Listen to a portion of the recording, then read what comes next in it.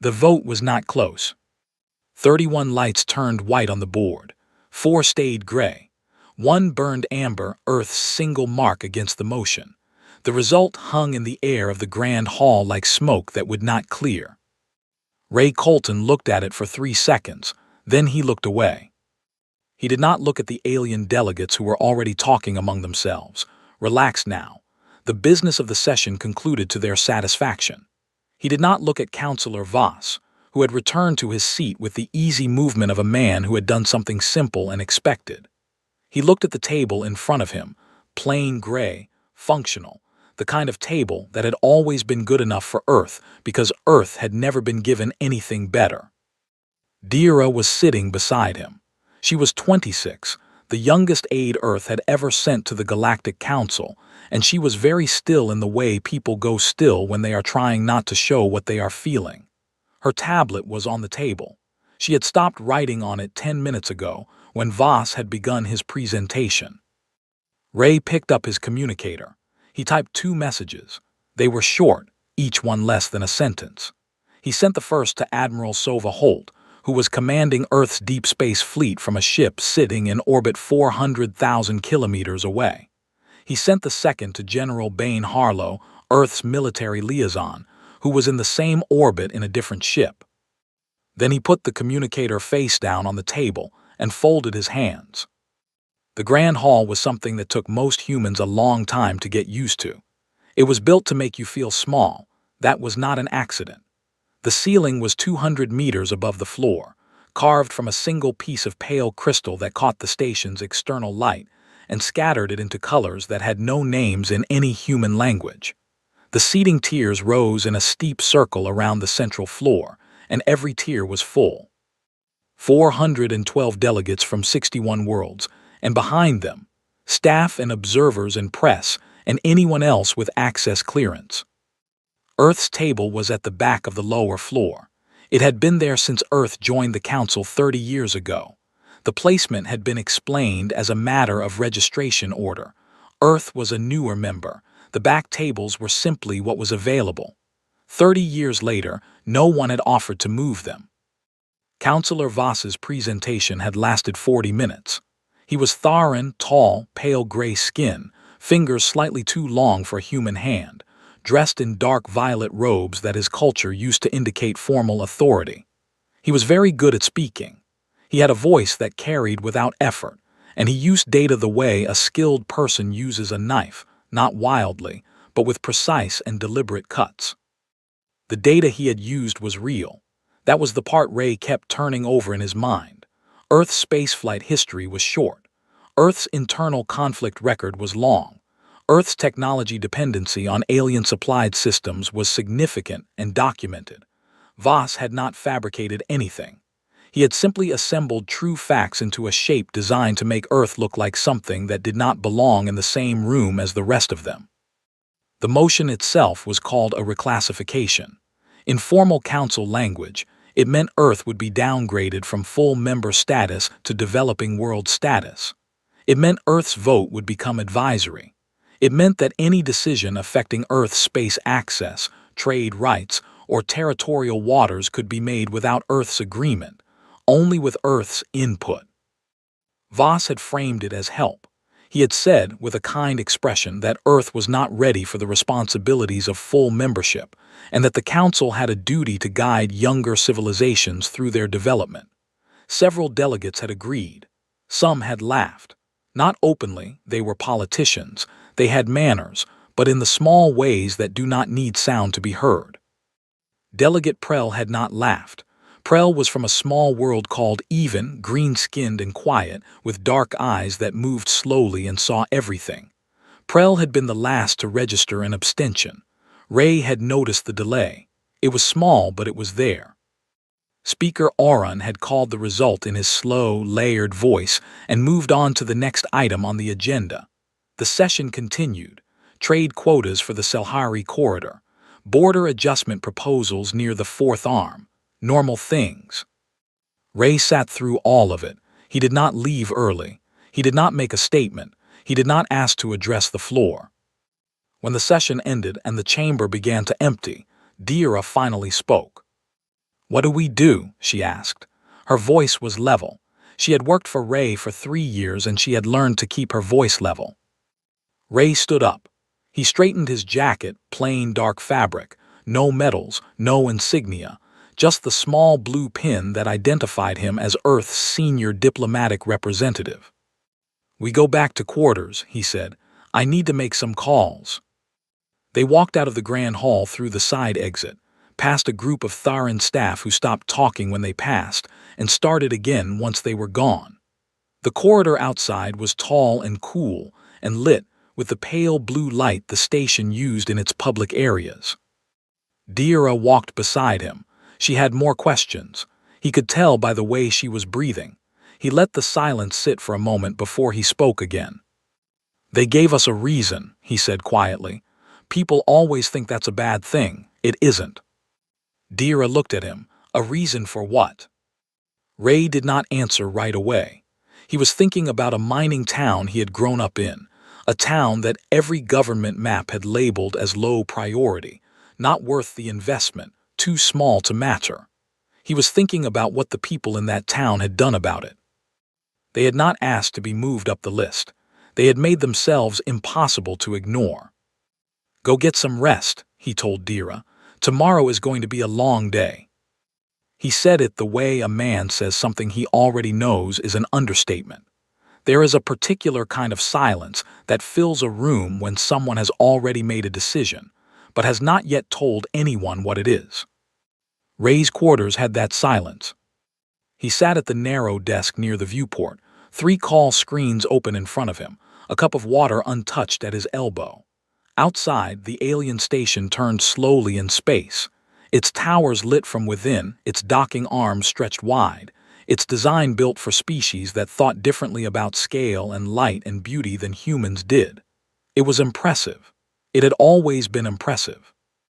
Ray had stopped being impressed by it years ago, not because it was not worth admiring, but because admiration had never been the point. Dira sat in the chair across from him. She had not gone to rest. He had known she wouldn't. "Walk me through it," she said. Not a request, a professional habit. She processed things better when she could hear them spoken. Ray leaned back. 30 years ago, Earth joined this council. We accepted a back table. We accepted an advisory role on decisions that affected our shipping lanes. We accepted slower processing on membership upgrades, on voting weight adjustments, on trade zone expansions. We were patient because patience was supposed to build trust. "It didn't," Dira said. "No, it built a record that said Earth will wait, Earth will accept less, Earth will not make trouble." He turned the water cup slowly without drinking from it. "Voss didn't attack us. He used our own behavior as evidence that we don't belong." Dira was quiet for a moment. "So what does walking away actually accomplish? They already took our full membership. If we withdraw from the treaties, we lose trade protections, supply chain agreements, the navigation corridor rights." "Yes." She stopped. "You want to lose those things." "I want them to feel what those things were worth." He set the cup down. "There are 3 treaties in the current 14 that supply raw materials to Tharan processing stations, not luxury goods, industrial materials they use for ship components. Earth has been the most reliable supplier for 9 years because we were trying to be good partners." He paused. "Tomorrow we stop being good partners." Dira pulled up the treaty files on her tablet. Her eyes moved fast across the data. Ray watched her work. She was good at this, at finding the numbers inside the language, at seeing what things actually meant beneath what they were called. "The Selhari Corridor Access Agreement," she said slowly. "If we pull out of that one specifically, 6 alien freight operators lose their fastest route between the second and third arms. They've been using that corridor under Earth's navigation clearance for 11 years. Without it, they add about 9 days to every delivery cycle. They'll be furious." "They'll be furious at Voss," Ray said, "because it was his motion that voided the terms." The room was quiet again. Outside, a large alien cargo vessel drifted past the viewport, its hull marked with Tharan freight insignia. Ray made the first call. It went to Earth's Foreign Affairs Office, not to a minister, but to the permanent secretary, a woman named HFY who had worked in the department for 22 years and understood that calls from Ray at odd hours meant something unusual was happening. He explained what he wanted. HFY asked 2 questions, then she said she would begin the process. The second call was to the trade attaché, a man named Webb who was stationed on a midpoint supply station 3 systems away. Webb was responsible for the day-to-day management of 7 of the 14 treaties. Ray told him what was coming. Webb was silent for a long moment. "All 14?" Webb asked. "All 14. Another silence. "The Even Compact is in that list. Prell's World, they've been good to us." "I know," Ray said. "I'm going to handle Even separately. But formally, yes, all 14 go on suspension notice at the same time. It has to be clean. It has to be simultaneous. If we pick and choose, it looks like bargaining." "And it's not bargaining." "No," Ray said, "it isn't." He ended the call and looked at the treaty files still open on his screen. 14 documents. Some of them were decades old, built carefully by people who had believed in the work they were doing. Ray did not feel good about what he was about to do to them. He felt certain about it, which was a different thing entirely. There was a message waiting on his communicator. He had not noticed it come in. It was from Delegate Prell, sent from a personal channel rather than an official one. It said, "I abstained. I want you to remember that." Ray read it twice. He typed back 4 words, "I already do. Send." Dira was still looking at the treaty files. She had that expression she got when the numbers were telling her something she was not ready to hear. "If we do this," she said, "they're going to say we're the ones being aggressive, that we're punishing the whole council for 1 vote." "They'll say that," Ray agreed. And he stood up and moved to the viewport. The station's lights reflected off the dark surface of space in long, pale streaks. He had stood at this window many times over the years, looking out at something humanity had worked to be part of. "My father had a saying," he said. "He said the only people who call you aggressive are the people who expected you to stay quiet." He turned back to the desk and opened a new communication channel, this one going directly to Earth's government. He had a recommendation to make. He already knew how to word it. Calm, clear, without anger. That was the part most people would not understand, that this was not about anger. Anger burns fast and leaves nothing useful behind. This was about something older and slower and far more difficult to put out.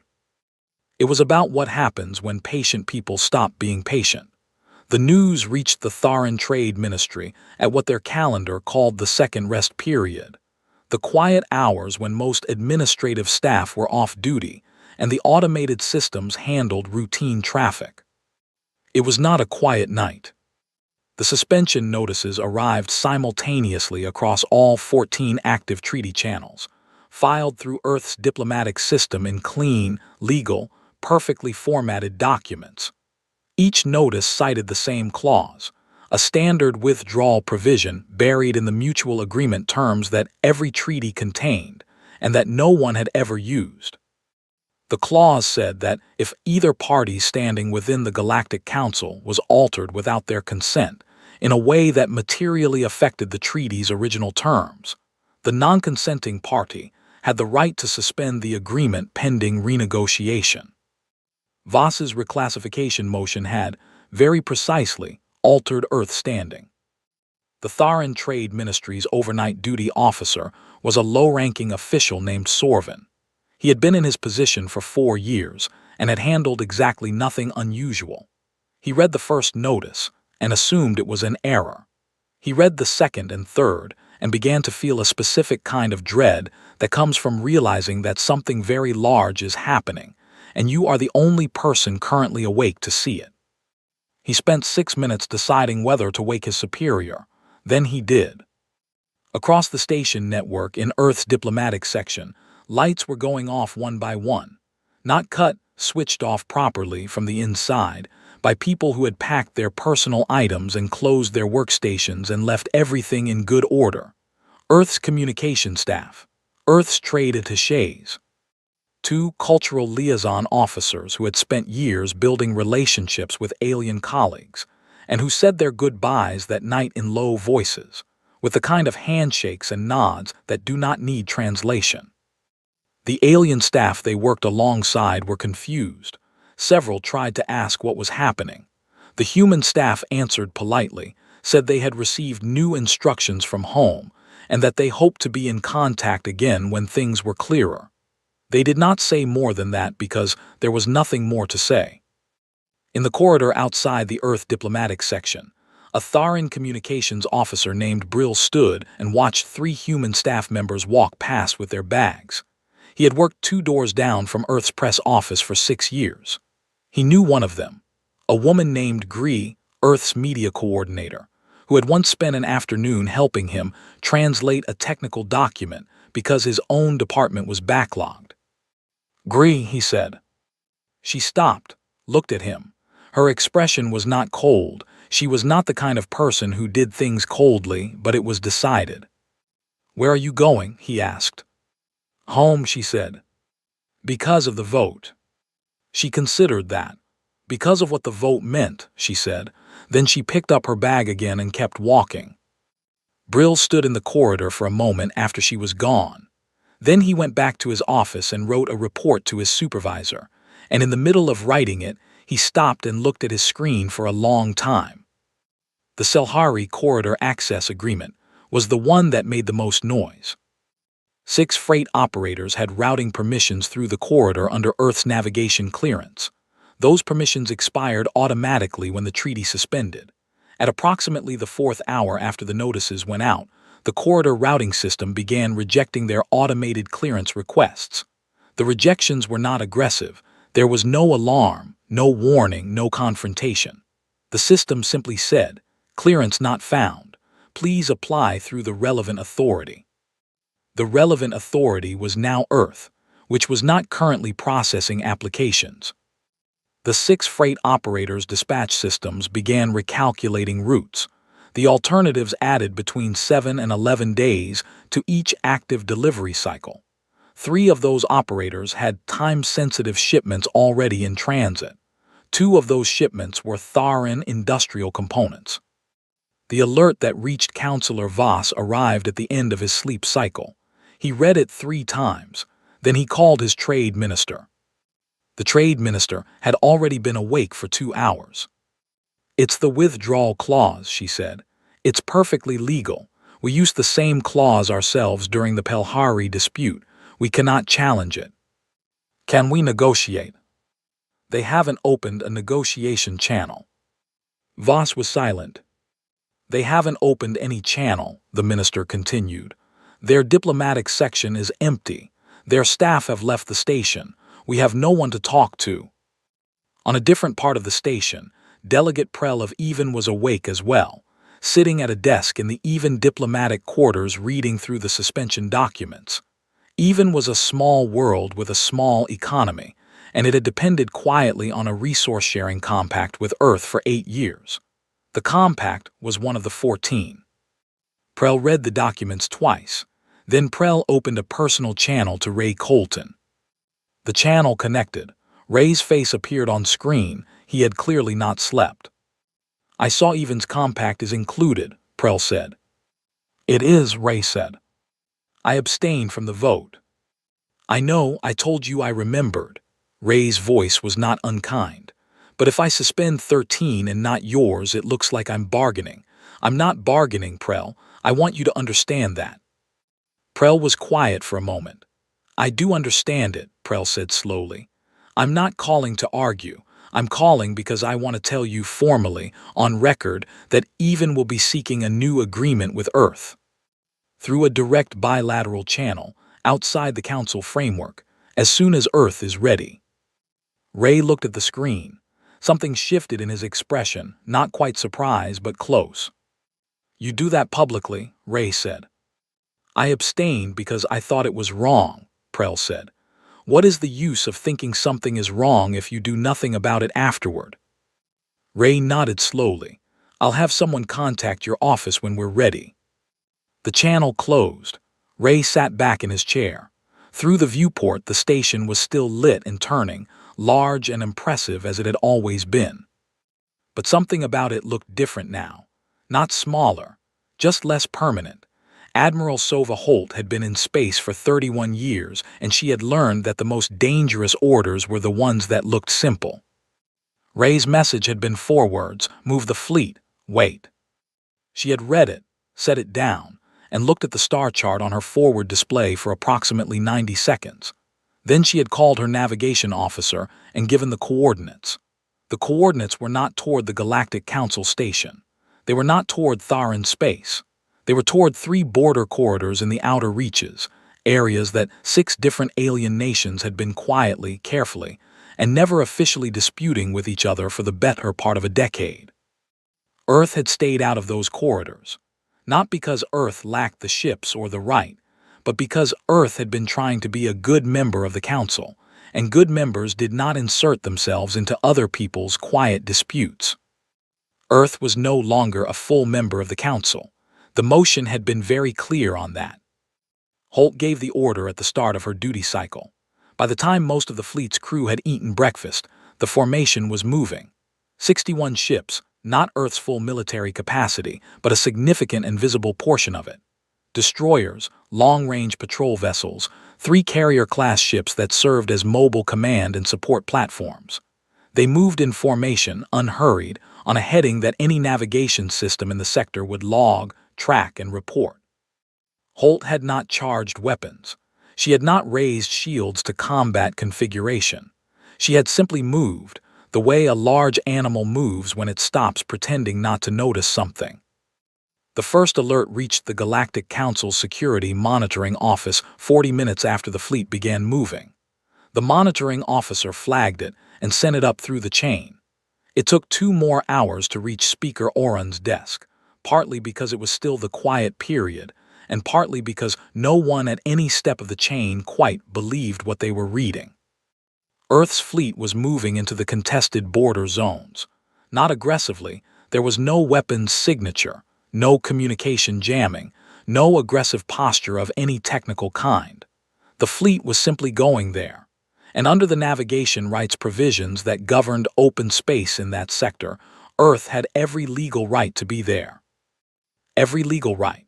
Because Earth was no longer bound by the Council agreement that had previously included a voluntary restriction on Earth's fleet movement in those areas. Voluntary. The word appeared 3 times in the legal review that the Council's law office sent to Speaker Oran's desk. The restriction had always been voluntary. Earth had simply volunteered as a sign of good faith membership. Good faith that had, as of the previous session, been publicly and formally voted against. In the Tharan delegation's quarters, Councillor Voss was in his 4th meeting of the morning. His trade minister was on screen. His military liaison was beside him in the room. His communications secretary was standing near the door. The corridors, his military liaison said, pulling up the map.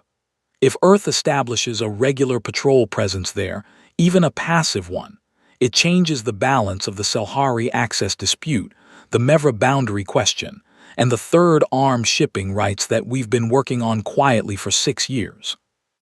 They can't just, Voss stopped, looked at the legal summary his secretary had handed him, read 2 lines, stopped again.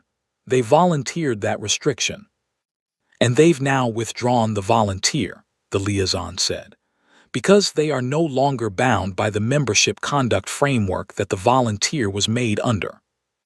Voss sat back. For the first time since his motion had passed, his expression was not comfortable. What did we actually do? He said, mostly to himself. His trade minister's face on the screen was doing something that was not quite "I told you so," but was very close to it. Holt's flagship reached the 1st corridor checkpoint at mid-cycle. She sent a standard navigation broadcast, the kind any fleet sends when entering an open area, calm and factual, no special language, no threats. The broadcast identified the ships, gave their heading and speed, and noted that Earth was conducting independent navigational security operations in the area. Independent. The word was chosen carefully. It meant Earth was not acting on behalf of anyone. Earth was acting for itself, in its own interest, in space it had every right to occupy. 3 alien monitoring posts in the area logged the broadcast and transmitted it back to their home governments within the hour. 2 of those governments had been the quiet parties in the Selhari corridor dispute, neither of them aligned with Tharan, both of them watching the dispute from a careful distance. Both of them sent urgent messages to their diplomatic offices on the council station. Back on the station, the emergency session was being organized. Speaker Oran had called it himself, reserved for matters the speaker personally judged as requiring immediate council attention. His staff sent the summons to all active delegates. Ray Colton did not receive one. Earth had no active diplomatic presence on the station. When the delegates arrived in the grand hall and took their seats, Earth's table at the back was empty. The chair was pushed in neatly. The surface was clean. There was nothing on it. Speaker Oran was ancient, older than most records, draped in layered gray robes that his species used to mark extreme seniority. He moved slowly and spoke slowly, and had seen more than anyone else in the room. He looked at Earth's empty table for a long moment before the session began. He did not say anything about it. He opened the session. But 2 delegates near the front noticed that he looked at that table twice more during the first hour, each time with an expression that was difficult to read and might have been, in a much younger person, something close to respect.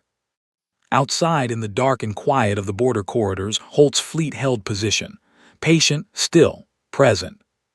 Waiting, the way Earth had learned to wait, not from weakness, but from long practice of knowing exactly when waiting ends.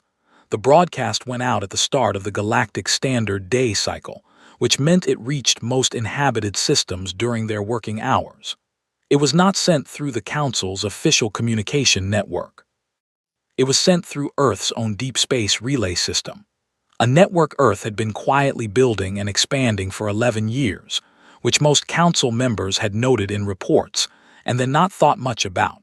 Because Earth was a developing world and developing worlds built things slowly, and it had not seemed important. The relay system reached 63 systems. It was faster than the Council's own network by a margin that surprised several people who had never bothered to check. Ray sat alone in a small room. The room was on Earth's last remaining vessel at the station, a mid-sized diplomatic transport, plain and functional, docked at the outer ring. Everything else had already left. He had sent Dira ahead with the rest of the staff 2 hours earlier.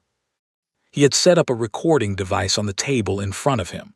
1 light, 1 camera, no flags, no official seal, no emblem of any kind behind him, just the gray metal wall of the ship's interior. He looked at the camera for a moment before he started. Not composing himself, he had been composed for 2 days. He was simply deciding one last time that this was the right thing to say and the right way to say it. Then he spoke. He said that Earth had come to the Galactic Council 30 years ago with the intention of being a contributing and cooperative member. That humans had accepted a smaller seat because they understood they were new. That they had been patient about voting weight, about trade classifications, about navigational restrictions, about 100 small things that added up to a picture of a civilization that was trying to earn its place. He said that patience by itself is not a strategy, it is a posture. And postures need to be met with something, with recognition, or with negotiation, or at minimum with honest disagreement. What Earth had been met with in the end was a public motion to reclassify it as a primitive world, backed by data that was technically accurate and deliberately assembled to humiliate. He said Earth was not declaring war. He said it clearly and without qualification. Humanity had no interest in conflict. That had always been true, and it remained true. He said Earth was withdrawing from 14 active treaties under legal provisions that those treaties themselves contained. He said Earth's fleet had moved into open space that Earth had every right to occupy. He said these things were not aggression. They were the natural result of a decision the Council had made, that Earth's agreements and restrictions had been voluntary, and that Earth was no longer volunteering. Then he said the part that people would repeat for a long time afterward. He said that any world which had voted in favor of the reclassification motion should expect no human ships in their shipping lanes, no human goods in their supply chains, no human personnel in their stations, and no human response to any request for assistance of any kind. Not as punishment, simply as a fact of the new relationship those worlds had chosen when they voted. He said that Earth would be seeking direct bilateral agreements with worlds that wanted mutual respect, that those agreements would not go through the Council, that they would be between Earth and whoever was willing to deal with Earth honestly, without emotion in the background deciding what Earth was allowed to be. He ended with one line. He said, "We did not come this far by giving up when things got hard." The broadcast lasted 11 minutes. It was calm throughout. Ray's voice did not rise. He did not use emotional language. He did not talk about injustice or shame or pride. He talked about facts and about choices and about what follows from choices. Within 2 hours, it had been viewed on every major alien network. Not because any of those networks had agreed to carry it, but because alien audiences were sharing it. Something about the simplicity of it was difficult to look away from. There were no grand gestures, no dramatic music, just a man in a plain room saying what Earth was going to do and why. In the Council's emergency session, which was still ongoing, a delegate from a small world called Veth interrupted the current speaker to say that he had just watched the broadcast and that someone needed to address it. Speaker Oren told the delegate to wait for the appropriate agenda point. The delegate from Veth sat down.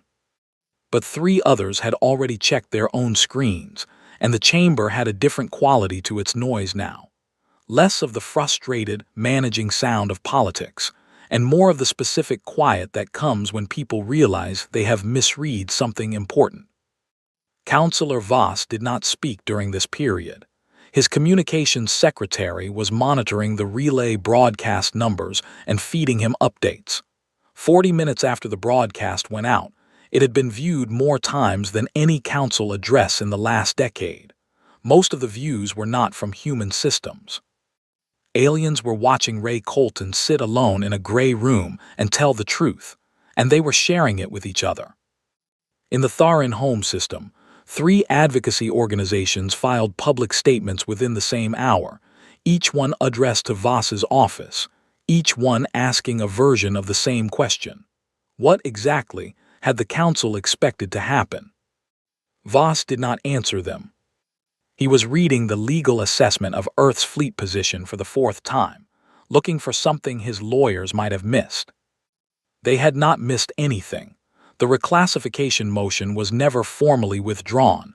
It was suspended. There is a difference, in council legal language, between a motion being reversed and a motion being suspended pending review. Reversal means someone was wrong. Suspension means circumstances have changed, and the matter requires further consideration. Speaker Oren chose suspension because he was old enough to know that institutions survive by never admitting they were wrong, only by finding new language for the same result. The suspension was filed at the end of the 3rd day. No announcement, no press release. The document simply appeared in the council's legal record with a timestamp and a procedural reference number. Ray was on the transport heading home when Dira found it and showed him the filing on her tablet. He read it once, set the tablet down, picked up the water he had been drinking and finished it. "That's it," Dira said. "That's it," he said. "They're not going to acknowledge."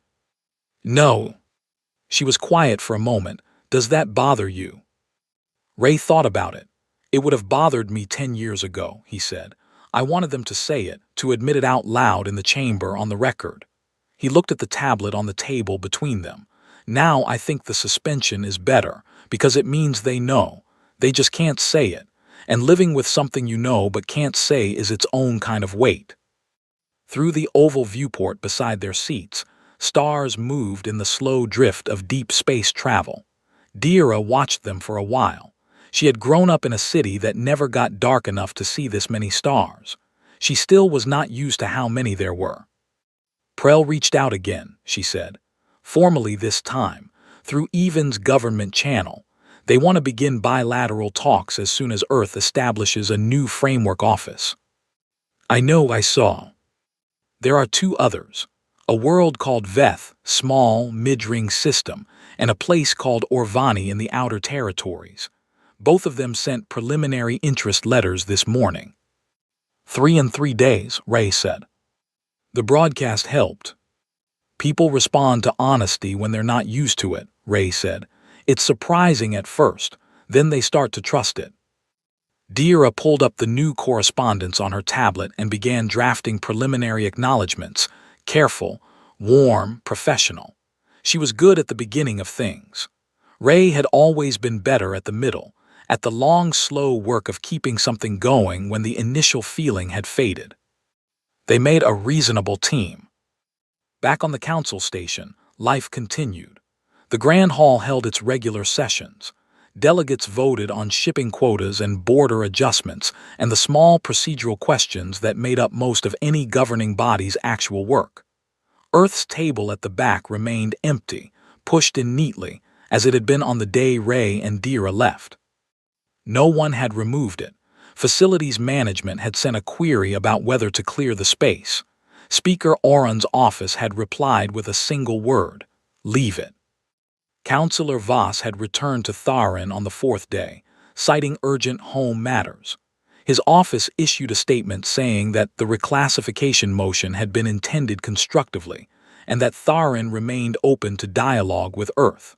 No one from Earth responded to the statement, because there was no one from Earth on the station to receive it.